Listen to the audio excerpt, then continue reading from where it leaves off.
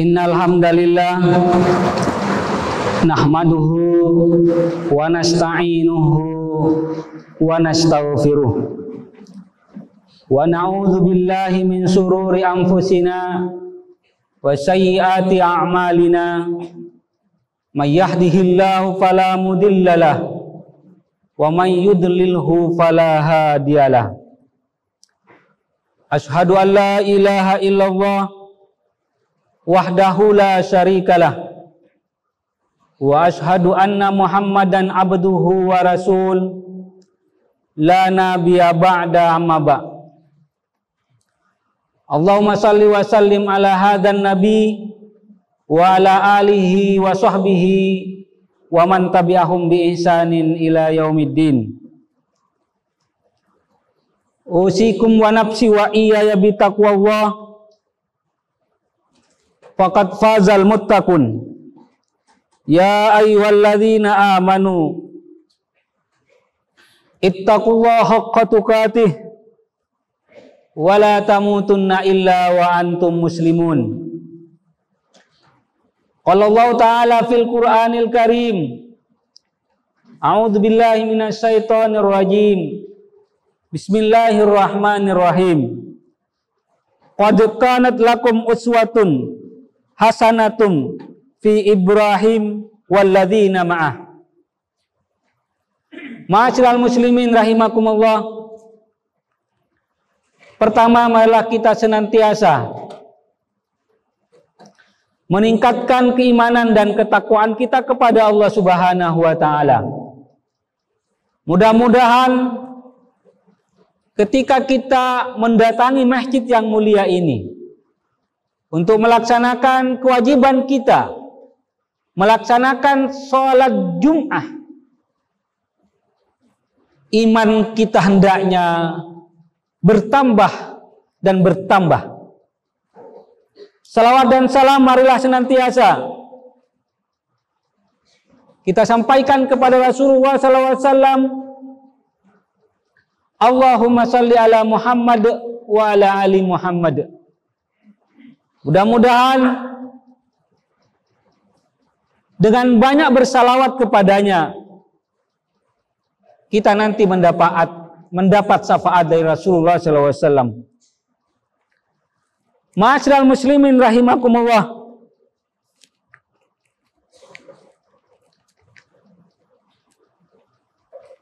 Kita pada bulan ini masih berada pada suasana Idul Adha atau Idul Kurban,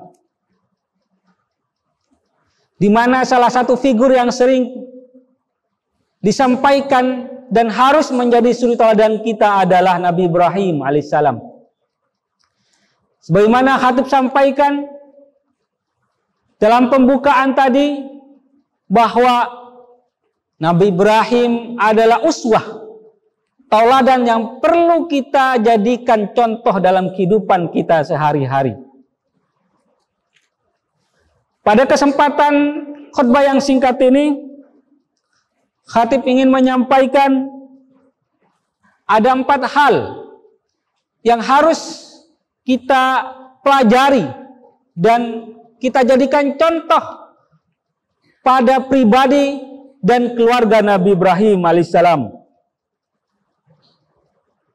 Dalam surah An-Nahl ayat 120, Allah Subhanahu wa taala berfirman, Inna Ibrahim kana ummatan qanitan lillah hanifa walam yakum minal musyrikin.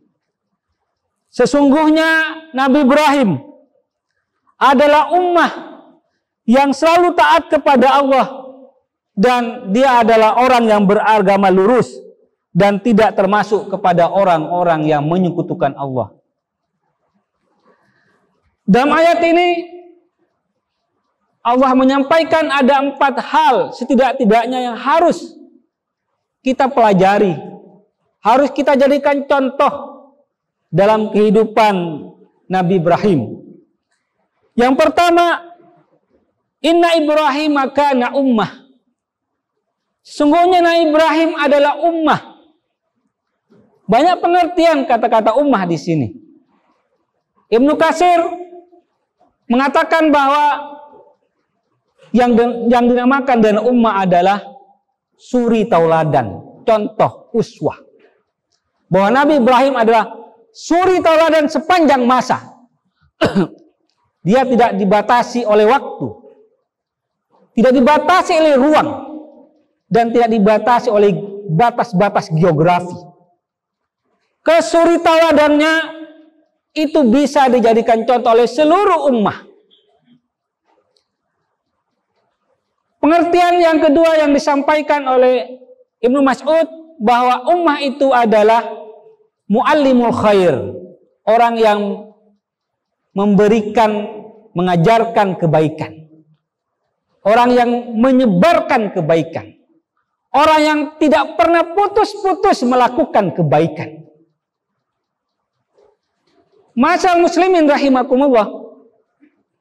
Maka poin yang pertama yang harus kita ambil dari Nabi Ibrahim adalah bagaimana kita menjadikan contoh dalam seluruh aspek kehidupan kita.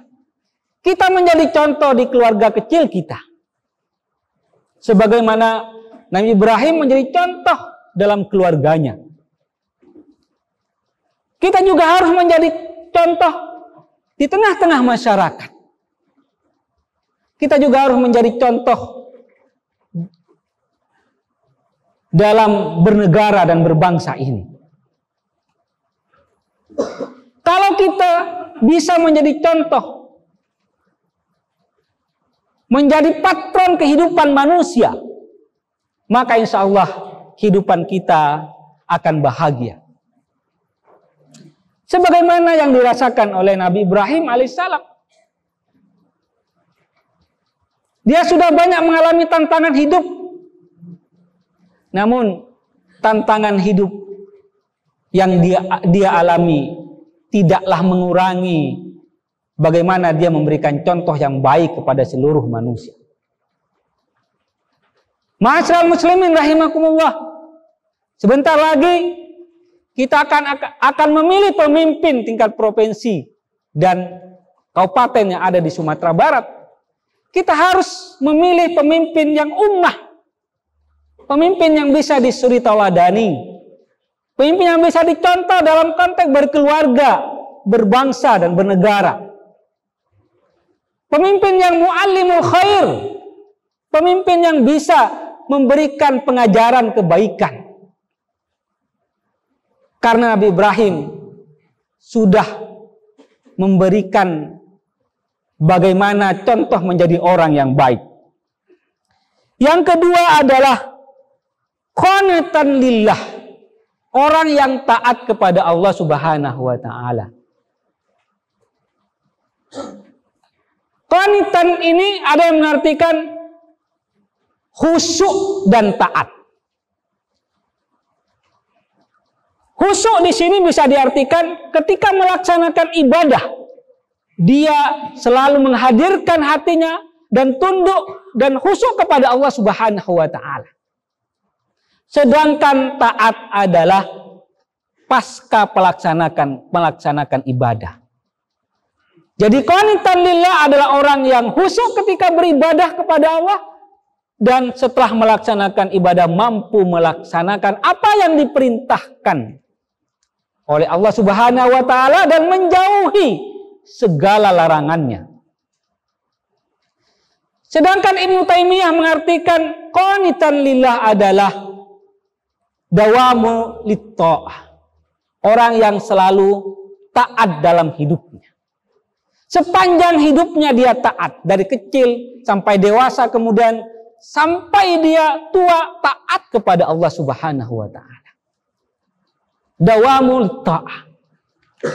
Sebagaimana Nabi Ibrahim di waktu kecil dia sudah memerangi orang yang menyekutukan Allah.